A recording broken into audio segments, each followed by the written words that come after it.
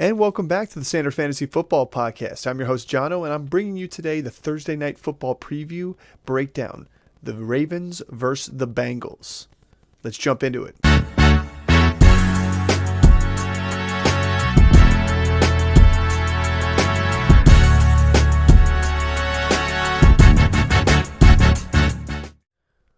All right, so let's talk about some key injuries in this matchup, Bengals versus the Ravens, before we jump into our start, sits, and sleepers.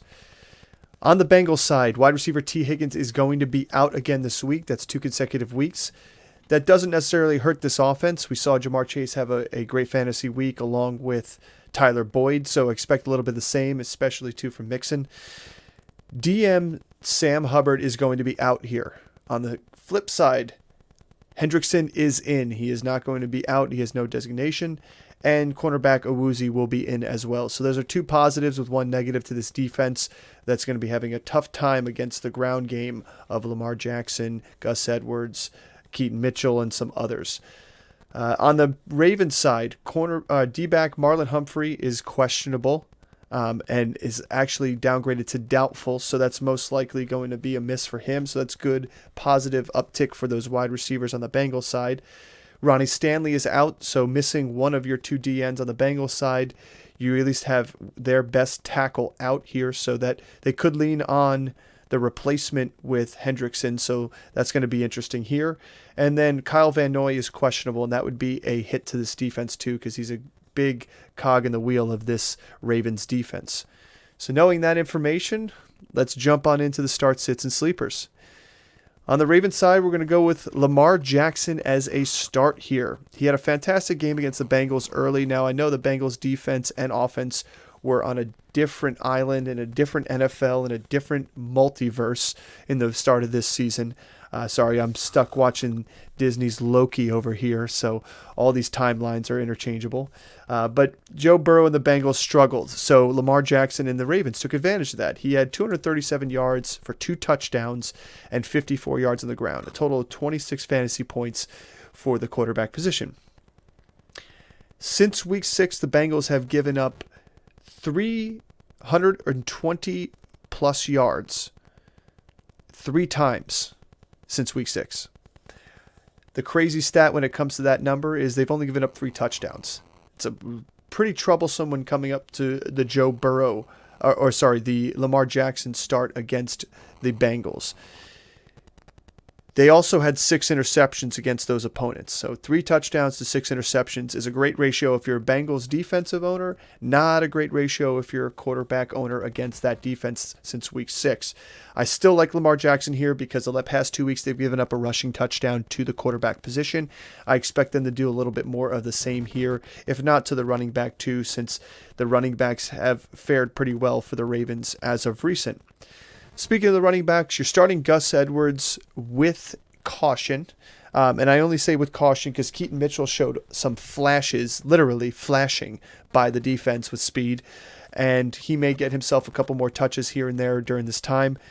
The last time these two teams met, it looks like Gus Edwards had 10 rushes for 62 yards and a touchdown. So a pretty good RB2 numbers for him there. Week 10 was the last 100-yard rusher against the Bengals since week 4. So there hasn't been a ton of rushing yardage being done in that. They've held some pretty big rushers to low touchdowns and low scoring and low yardage. And that's, people like CMC and some others. So this may not be a great ground game for them, but who knows? With the fact that Hubbard is out too, it could help out a little bit more on the running game. Let's talk about these receivers because we are not saying start any of them. And that's because the Bengals have given up 2 touchdowns in the last 4 weeks, and that was only to Tank Dell and Stephon Diggs. So they haven't been giving up scoring to the wide receiver positions. They held the 49ers and the Seahawks to 0 touchdowns with those receiving crews. I don't know if I like these guys as much, especially with someone like Mark Andrews being really your number 1 pass catcher.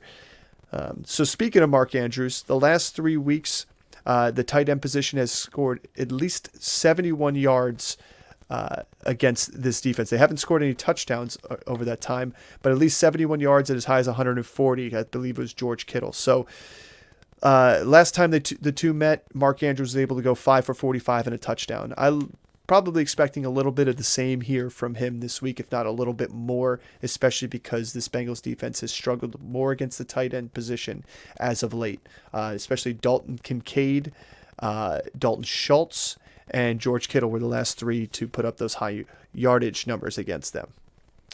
Let's talk about the Bengals offense here, because this is one that's been catching quite a hot streak, and I like this matchup. It's a short week. It's a tough one to go into it. But with Marlon Humphrey doubtful, Ronnie Stanley out, I think this defense and offense of the Bengals can do something. So we're saying start Joe Burrow. He's had a pretty good stretch so far. The Ravens have held a quarterback under 284 yards pretty much the entire season. So nobody's even hit 300 yards on them. So that's a worrisome number for Burrow owners. He could be the first one to do it this week, though. We'll see, because Jamar Chase is something special.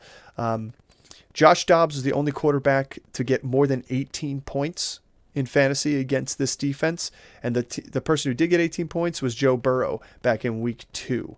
And that week was when T. Higgins had the 89 yards and 2 touchdown game, his big flash for the season.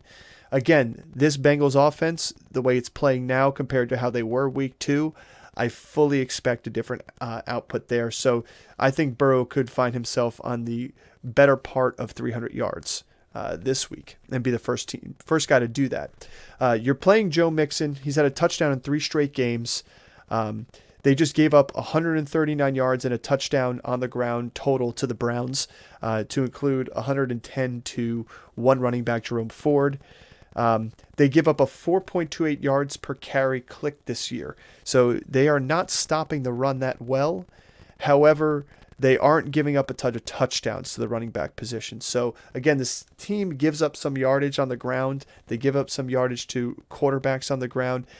They're just not giving up big touchdowns. But neither are the Bengals on their end. So we'll see how this game plays out.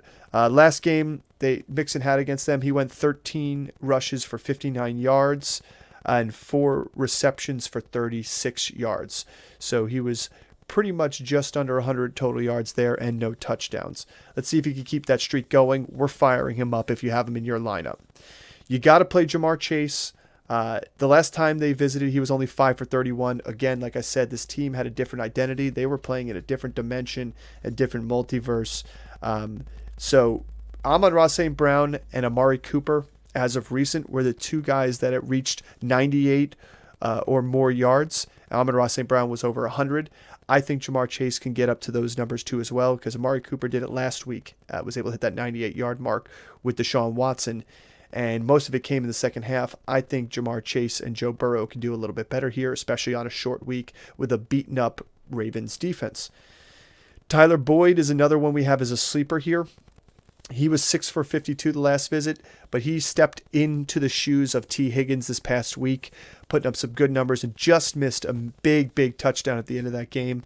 I think he's going to come up big again here for the Bengals, so Burrow is going to look to him early and often, as well as Jamar Chase. So if you have him here, he's worth a flex play during a bye week when you need to play a player.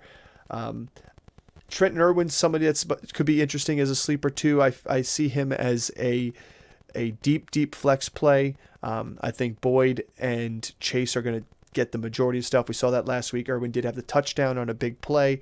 Outside of that, it was mostly Boyd and Chase. I expect the same here too as well. We are not playing the Cincinnati Bengals. I would have liked them a little bit more had Sam Hubbard been in there with Hendrickson now that Ronnie Stanley's out. The fact that Stanley's out, though, could give us a couple sacks here and there, but I think it's going to be difficult to contain Lamar Jackson on the ground without the double attack of those 2 guys. So that's our starts and sits for the week. As always, don't forget to like and subscribe, hit the notification button, leave a comment if you like any advice on your starts and sits for the week, any trade options, because this is the last week for our leagues, our home leagues in terms of trades. You get them done before the start of the Thursday Night Football game. Otherwise, most other people's trade deadlines are already gone, and in Dynasty leagues, they continue to keep going. But if you have any trade thoughts, please send them our way. We're happy to give you advice here and then. And as always, thanks for tuning in, and we'll see you next time.